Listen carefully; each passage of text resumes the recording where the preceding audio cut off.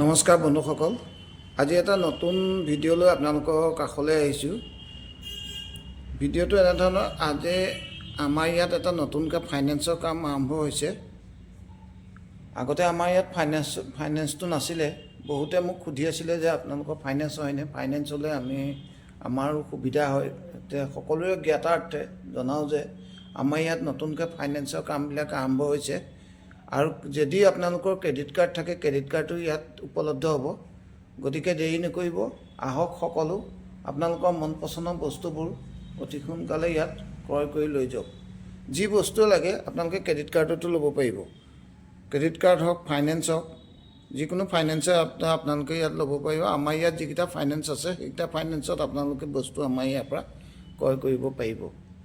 গতিকে চাই থাকিব ভিডিঅ'টো, ভাল লাগিলে শ্বেয়াৰ কৰিব, কমেণ্ট কৰিব আৰু ছাবস্ক্ৰাইব কৰি দিব। আৰু এইদৰে নতুন নতুন ভিডিঅ' আপোনালোকে পাই থাকিব।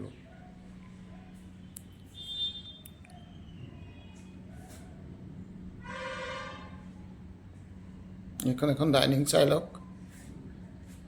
Dining, sofa, bed, centre table, আলনা, ডাইনিং, আপোনালোকক যি বস্তু লাগে সকলো বস্তুৱে ইয়াত উপলব্ধ হ'ব।